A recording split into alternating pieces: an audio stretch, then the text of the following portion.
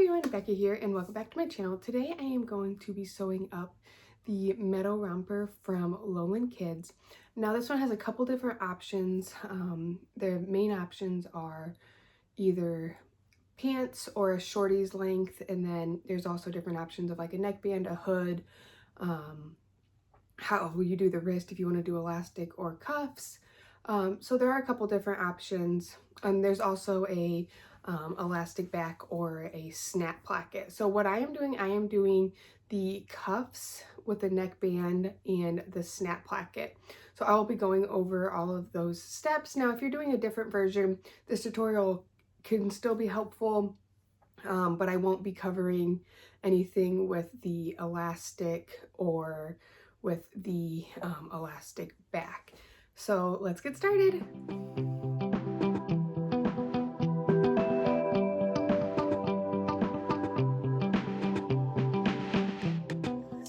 Started, I just wanted to go over the pieces I'm using, and as I mentioned, I am omitting the pocket, I am doing the neckband, and I am doing the snap placket at the crotch and cuffs.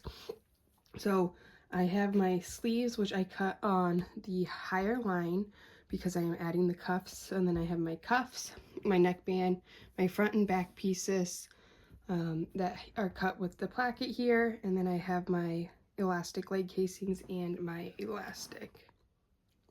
If you were doing the envelope back, you would have your back would be 2 pieces, and if you were doing the elastic wrist, your sleeves would just be a little bit longer.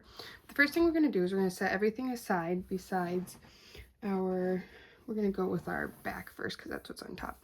Our back bodice, or the top part of it, and then our sleeves. And so for your sleeves, you can see if you lay it kind of straight here, there's one part at the top that's higher. That is the side that goes on your back, and the lower front part is the front. So this is part of your neckline on a raglan. So what we're going to do is we're going to flip it over with right sides together and line this up on our seam here on the back. So again, make sure you have your back bodice piece and your back arm side touching, and then I'm going to do the same thing on this side. Again, right sides together. I'm going to find the higher point of my neckline here on the sleeve and hook that on. And then I'm just going to take this over to my machine and sew down both of these seams. Once you have your sleeves sewn on, it's going to look something like this. And we're going to take our front body and flip this over, and we're basically going to do the same thing. We're going to take this edge here and line it up on our front bodice there, pin that in place. And then we're going to do the same thing over here. And then we're just going to, again, sew both of these seams. And again, this is right sides together. And also these steps will be the same no matter what style you're doing. If you're doing the pants or even if you're doing the elastic back, this part will all be the same for these first few steps at the beginning, and then once it kind of varies, I will mention that where it kind of veers off into different steps. So once you sew those seams on, it's going to look like this, and your sleeves should be connected, and you can see here it's kind of starting to look like a top with sleeves. So what we're going to do next is we are going to go to the neckband. And so this was where if you were doing the hood, you would do this. You would sew your hood pieces together. But for the neckband, we are just going to fold this in half with right sides together. And we're just going to sew along this short edge here. All right, so you can see here I sewed my neckband together. If you were doing the hood, you would just have your sew around the back and the top of your hood, and then you would be folding it over and hemming it. But then once your hood was completed, it would be basically the same steps as your neckband. For the neckband, we're going to fold it in half with wrong sides together, and I'm going to match up my seam with my middle back of my neck, and then I'm going to find my middle front and match those up as well, and then just kind of continue pinning. So for the hood, you would basically do the same thing. You would slide your hood in here with the right sides together, and you would just, at the front, you would match it up and you would overlap it. I don't know if the instructions have a specific amount or not, but you would just put it in there, line up all the edges, and then sew it around. So that's what then I'm going to do here. You're just going to stretch your neckband slightly as you sew to make it fit your neck hole. So I'm going to go do that and be back. Alright, so once my neckband is sewn on, here is how it looks. And again, if you had your hood, that would all be tucked inside and you could pull it out at this time. And so this next step will be the same if you were doing the pants version or the Shorties version, but if you were doing the envelope back on either style, your next steps would be different. You would now be creating the envelope back. So if you were doing that version, this isn't going to be super helpful for you for this next portion. But so what we're going to do is we are going to, with right sides together still, line up our armpit seam here and line up our raw edges of our sleeve down our wrist, and then also line up the raw edges of our side seam. And what we're going to do is we're just going to go and we're going to sew up, pivoting at the armpit all the way around to the wrist, and then we will do the exact same thing on this side and sleeve. All right, so I sewed up those side seams, and you can see here now it basically is a full body. And one thing I did forget to mention, if you were doing the wrist elastic instead of the cuffs, there are two ways of doing it. One way would have been done before you sewed up the side seam, and then the other way would be done now at this time. But I did just want to mention that for reference if you were doing the wrist elastic. But I am doing the cuffs, so I'm going to set this aside here for a second. I'm going to take my two cuff pieces here, which are these rectangles, and we are going to fold them with right sides together along the grain line. So this is a rib knit, so you can really tell the grain line, which is these stripes in the fabric, and we're just going to fold it along that grain line there, matching up our raw edges on this side, and then we will just pin this sides here, and I'm out of pins over here, so we'll just sew up both sides or both of these cuffs along this long side here. All right, so I got my cuffs sewn up, and for this next part I'm just going to show you on one cuff and one sleeve, and then all of the same steps will be repeated on the other side. So what we're going to do first is we're just going to take our cuff, fold it in half, matching up our raw edges with wrong sides together, so you can see the seam is hidden there.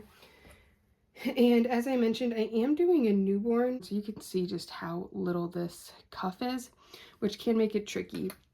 But what I'm going to do, and you can see also this pattern is drafted with a very, very wide wrist, and it is a small cuff. So there's a couple options here. If you have a very stretchy fabric, which I do, this is a rib knit, and I think even stretched to the max, it's barely going to fit.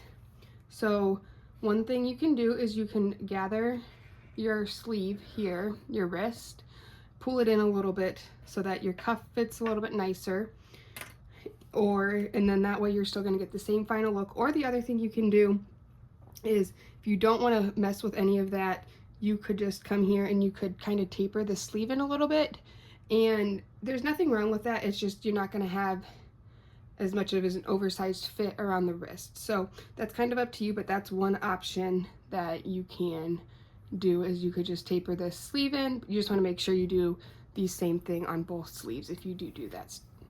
All right, so then what we're gonna do here, I'm just gonna leave it like this, and I am going to just stretch my cuff to fit. And what we're gonna do is take our cuff, we're gonna find our side seam here, and we're gonna insert our cuff inside of our sleeve. And this is right sides together, so the inside of my romper is the right side. I'm gonna line up those side seams there.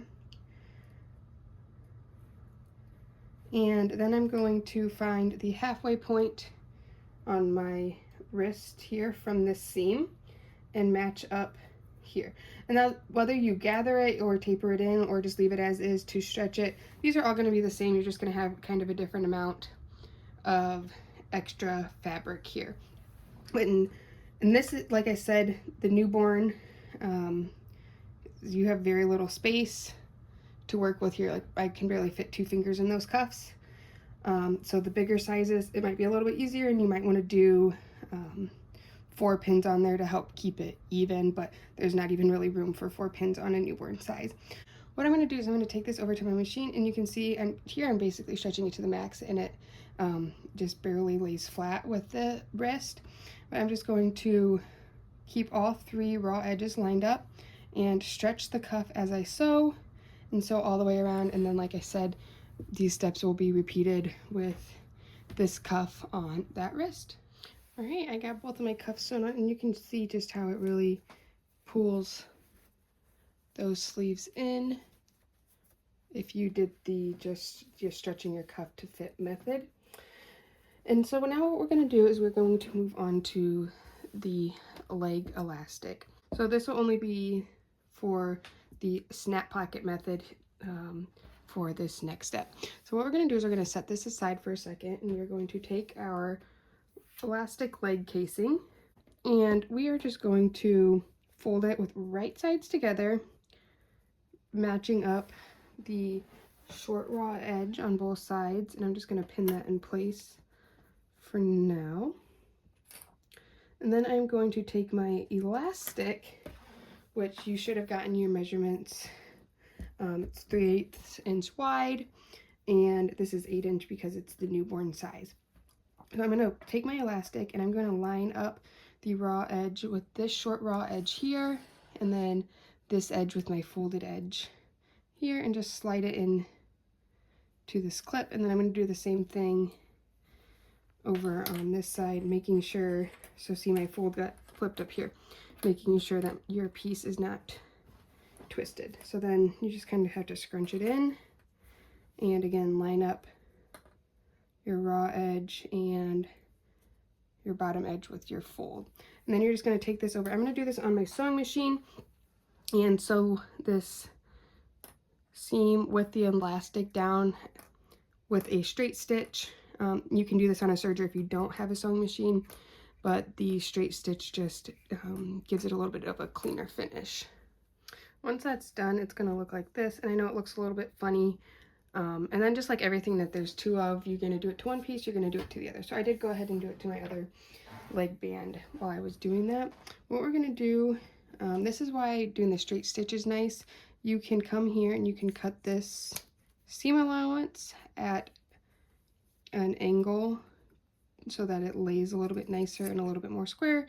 You can also trim your seam allowance if you want. If you serge it, you aren't able to, because otherwise you would cut your threads. And so what you're going to do is take your casing now and just kind of fold it out. And so you can see there, that makes it nicer on that seam. And you're just going to start matching up this raw edge at the top, making sure your elastic stays down at the bottom, and go all the way down. And you might have to pull it a little bit because your elastic obviously is going to be stretched quite a bit through this casing.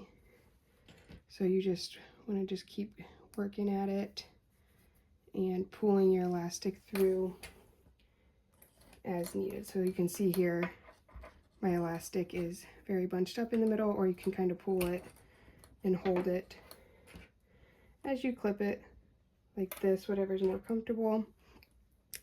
And the one thing that you can do here, this isn't in the instructions, but you could take this over to your machine and baste this top seam down so that you know your elastic is going to be encased in here and that it's not popping out, and just makes it a little bit cleaner. Right, so now this is where this can get a little bit confusing. What we're going to do is we're going to take our body and we're going to kind of open it up sideways. So this is my side seam here. And we are going to take one edge of our sewn piece and we're going to line it up with right sides together.